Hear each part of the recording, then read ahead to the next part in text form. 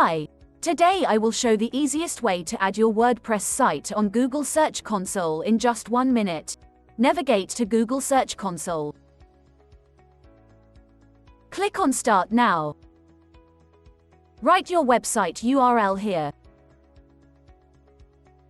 Click on Continue. You can verify your WordPress site through HTML tag, Google Analytics, Google Tag Manager, and domain name provider. I'm showing the easiest way. Copy the HTML tag. Go to your WordPress dashboard. Click on Appearance. Click on Theme File Editor.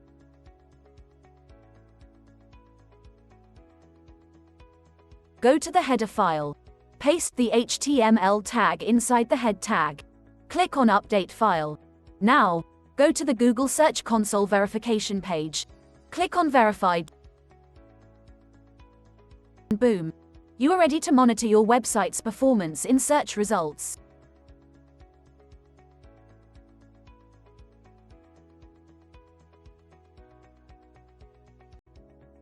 That's all for today. Thanks for watching.